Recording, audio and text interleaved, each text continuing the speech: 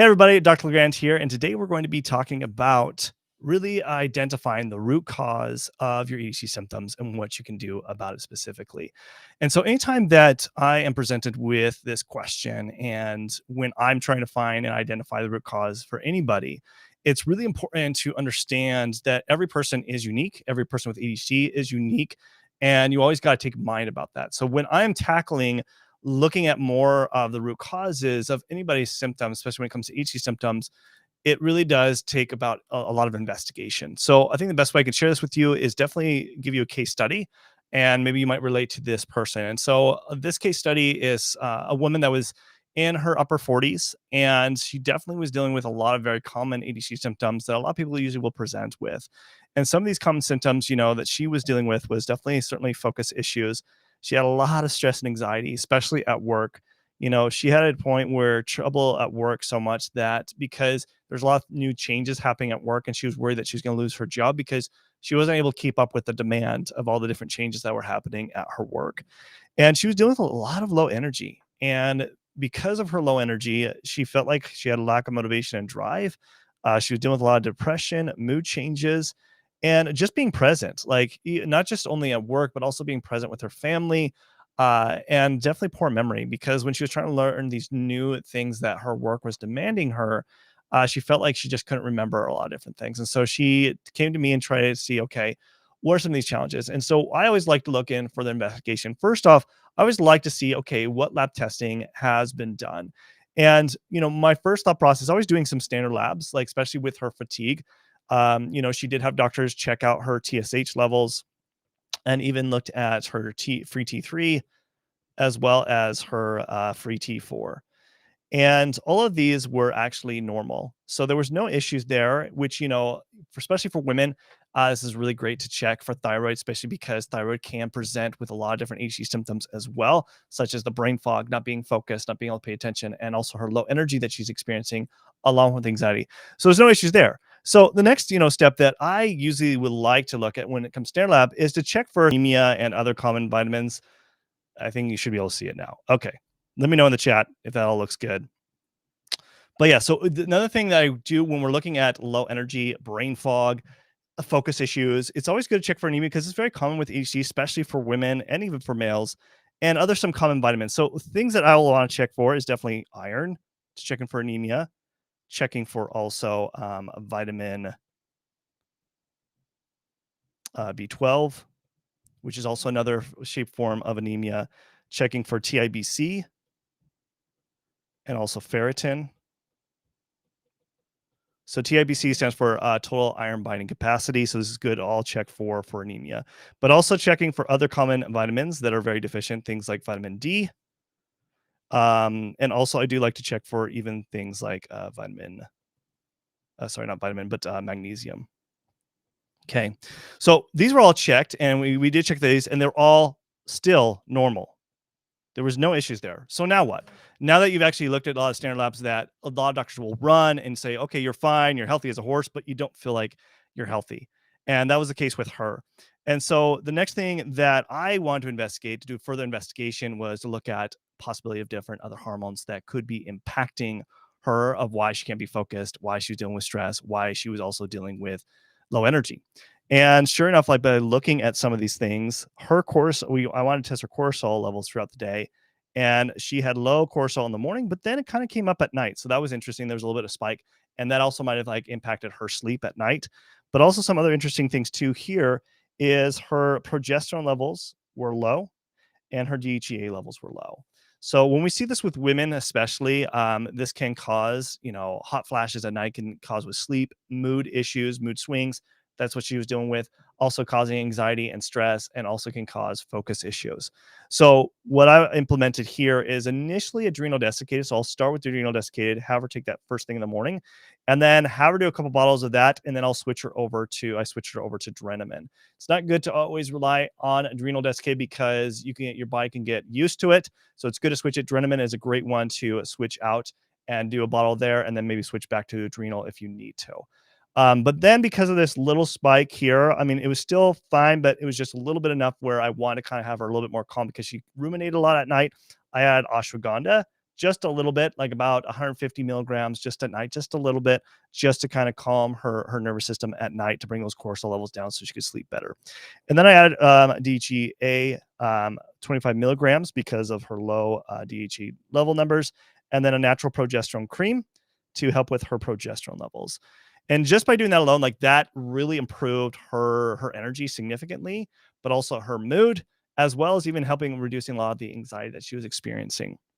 But I wanted to take it a step further because there's definitely other micronutrients that I wanted to test. Even though her vitamin D levels were fine, her vitamin B12 were fine, I wanted to test all her other vitamins. And the ones that did come back up that showed up was she had very low glutamine levels, which is really important for also helping with building different neurotransmitters.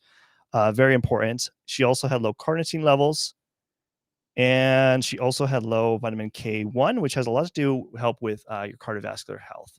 So those were definitely significantly low on her. And I think was there one more? I think those were the big ones that came out that were definitely more deficient with her. And so because of that, I want to incorporate more foods because usually when I see vitamin K, it means that there needs to be more leafy greens incorporated in her diet because she wasn't eating enough. Also, she wasn't eating enough healthy proteins, and that's probably a lot of why her carnitine and also her glutamine levels were low.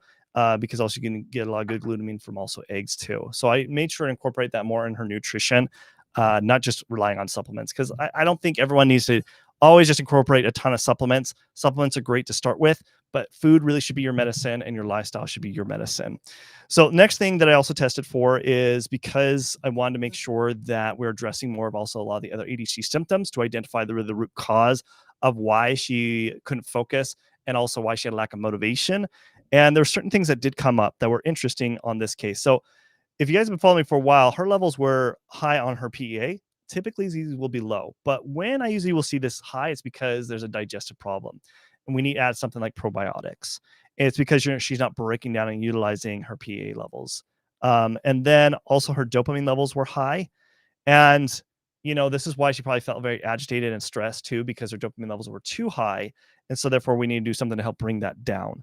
And then also her 3-MT levels were elevated, which is a breakdown of dopamine.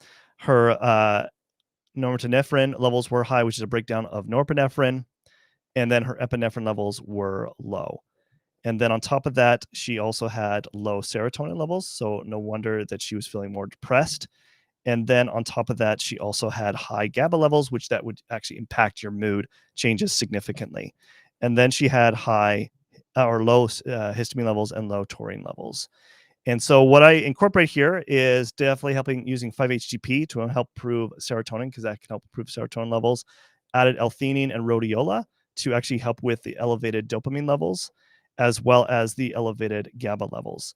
And then added L-histidine to improve her histamine. Now, histamine is actually important to modulate and help increase neurotransmitter levels. Same with taurine. Taurine is an important amino acid that helps actually improve also neurotransmitters. I added alpha lipoic acid mainly because of her glycine levels. Were elevated. Usually, when the glycine levels are going to be elevated, alpha lipoic acid can help bring those levels down. So that's also something I incorporate. And then the probiotics to help improve her elevated levels of PEA. So basically, after implementing all these things, because it really requires true investigation to really identify the root causes of your own ADHD symptoms. I find that not one ADHD person that I work with is exactly the same. That's why it's important to do testing. And so after doing this, I mean, it was a night and day difference for her because she reported to me that she felt like she was on her game at work. She felt like she was getting ahead. She didn't feel stressed about losing her job. She was able to, her memory was better. Her focus was better. She felt like even she got reports from her boss that she was doing such a good job. And also her motivation drive was improved and her depression, anxiety were mostly gone. And she rarely had symptoms. She mentioned to me that they're out of like the past, like 2 or 3 months, she's only had one bad day. And she's like, that's a big, huge difference because typically every day for her was a bad day. And this is what really this truly can do for you. When you actually identify the root cause through doing further investigation and testing, this is how you can make natural medicine more work for your ADHD symptoms versus just trying to do it blindly. So, I mean, if you would like to find out this information for yourself and have similar type of results, then it does require further investigation. And the best thing to do is book a consultation with me where we can actually jump on. I can look over your medical history and see what issues that you're dealing with and determine what kind of lab testing is going to be best for you, as well as put an action plan together. So, I mean, really honestly, my journey, when I had to figure this stuff out, I had to go to medical school because no one knew this information. And yeah, I spent over $500,000 just trying to figure this out, but you don't need to do that. I already did all the heavy lifting. You don't need to go to medical school to figure this out. And certainly you don't want to waste more money because of losing jobs, not being productive, not being efficient. They've seen this in research that people don't treat their ADHD in their lifetime will waste over $1 million if they don't get their ADHD treated correctly. And so what I'm offering is basically you could book a consultation with me. It's 45 minutes to an hour. It's a $750 value just for spending that time with me. And then also $197 value of filling out a in-depth questionnaire. So that way I can actually understand more of the nuances and the difficulties that you're dealing with your EC symptoms in your medical history. And so also on top of that, if you do purchase today, I do give you access to our ADHD health course, which is $297 value. So over $1,000 in value, and you get that all for just 297 bucks. All you got to do is just click on the description below. Once you click on the description below, it will take you to this page. You will put your information, you'll purchase it, take you to this page to pick a date and time. Once you've done that, then you'll fill out your information, your name and why you're coming in, and then I'll take you to this landing page once you've confirmed your appointment. And this is very important.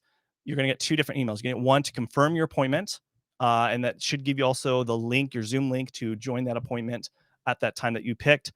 And then also a second link that is for Practice Better. That is our online client portal. That is where you're going to fill out the questionnaire before our appointment, as well as upload any previous labs that you've had done in the past year with your doctor. These are just standard labs. You don't need to be doing any other labs if you don't have it. It's not a requirement, but if you do have any that you want me to look over real quick, you can always send that. And then to make sure to book out 45 minutes to an hour, because we might go over a little over if you have more further questions. And then to show up early. So if you really want to take advantage and you want me to finally really tackle your ADHD and get that customized consultation with me where I can really dive in deep to really understand what testing is going to be the best to do, as well as put an action plan together, then book that consultation in the description below. Thank you guys so much for attending, and I'll see you guys in the next live stream. Thanks. Bye.